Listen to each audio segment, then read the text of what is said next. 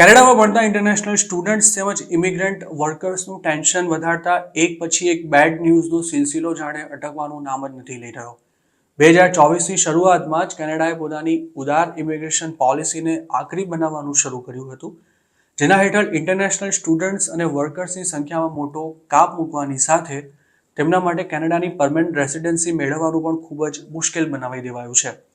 જોકે અત્યાર સુધી લેવાયેલા નિર્ણયો જાણે પૂરતા ન હોય તેમ ટ્રુડો સરકારે હવે એક વધુ બેડ ન્યૂઝ આપતા સ્ટડી પરમિટમાં હજુ પણ કાપ મૂકવાની તેમજ વર્ક પરમિટના નિયમોને વધુ કડક બનાવવાની જાહેરાત કરી છે।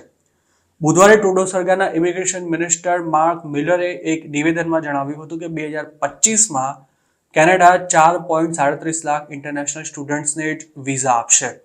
2023માં કેનેડાએ 5,09,390 સ્ટુડન્ટ્સને વિઝા આપ્યા હતા, જ્યારે 2024ના પહેલા 7 મહિનામાં ઇસ્યુ થયેલી સ્ટડી પરમિટનો આંકડો 1,75,920 નોંધાયો હતો। કેનેડા આ પહેલા ઇન્ટરનેશનલ સ્ટુડન્ટના કામ કરવાના કલાકો પણ ઘટાડી ચૂક્યું છે અને તેમને પીઆર મળવાના ચાન્સ પણ પહેલા જેવા નથી રહ્યા। 2025ના અંત સુધીમાં જ 2 લાખ જેટલા ઇન્ટરનેશનલ સ્ટુડન્ટ્સે પોતાની વર્ક પરમિટ પૂરી થતા કેનેડા છોડવું પડે તેવી સ્થિતિ સર્જાઈ છે। તેમ છતાં પણ સરકાર હજુ પણ સતત નવા નિર્ણયો લઈને ઇમિગ્રન્ટ્સ પર નિયંત્રણો મૂકી જ રહી છે। સ્ટુડન્ટ વિઝાનું પ્રમાણ ઘટાડવાની સાથે કેનેડાએ અમુક કેટેગરીના સ્ટુડન્ટ્સ તેમજ ટેમ્પરરી ફોરેન વર્કર્સના સ્પાઉસને આપવામાં આવતી ઓપન વર્ક પરમિટ પર નિયંત્રણો લાગુ કરવાની જાહેરાત કરી છે। કેનેડામાં રેફ્યુજીની સંખ્યા પણ વધી રહી છે, ત્યારે સરકારે એવું જણાવ્યું છે કે તે પોતાની વિઝા સિસ્ટમને વધુ સક્ષમ બનાવી રહી છે તેમજ નોન જેન્યુઇન વિઝિટર્સને કેનેડા આવતા અટકાવી શકાય અને ફ્રોડને પકડી શકાય તે માટેના ટૂલ્સ પણ ડેવલપ કરાઈ રહ્યા છે।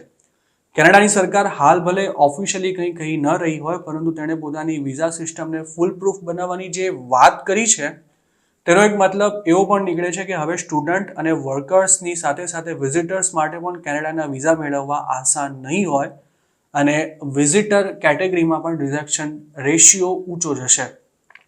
આમે છેલ્લા કેટલાક મહિનાથી કેનેડા મોટી સંખ્યામાં વિદેશીઓની વિઝા એપ્લિકેશન રિજેક્ટ કરી જ રહ્યું છે અને ઘણા કેસમાં તો જેન્યુઇન વિઝા હોય તેવા લોકોને પણ કેનેડાથી પાછા મોકલવામાં આવી રહ્યા છે અને આ પ્રમાણ આગામી દિવસોમાં હજુ પણ વધી શકે છે। કેનેડાની સરકારે તાજેતરમાં જ અમલી બનાવાયેલા નિયમ અનુસાર દેશમાં કામ કરતા ટેમ્પરરી વર્કર્સનું પ્રમાણ કુલ વસ્તીના 5%થી વધારે ન થાય તે સુનિશ્ચિત કરવામાં આવશે।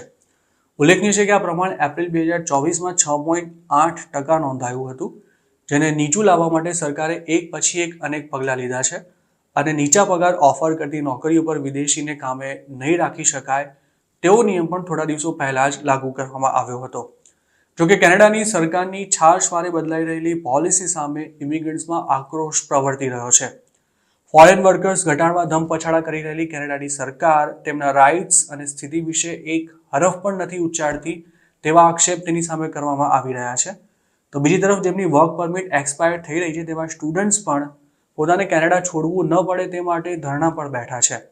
કેનેડાની સરકાર ઈચ્છે છે કે વિદેશી સ્ટુડન્ટ્સ ભણવાનું પૂરું થયા બાદ પોતાને મળેલી વર્ક પરમિટની સમય મર્યાદામાં કામ કરીને તેમના દેશ પાછા જતા રહે, પરંતુ સ્ટુડન્ટ્સનો એવો દાવો છે કે તેમણે કેનેડામાં ભણવા માટે મોટી ફી ચૂકવી છે અને વર્ક પરમિટ દરમિયાન પણ તેમણે જે કંઈ કમાણી કરી તેમાંથી તગડો ટેક્સ પણ કેનેડાની સરકારને ચૂકવીને ઇકોનોમીમાં પ્રદાન આપ્યું છે।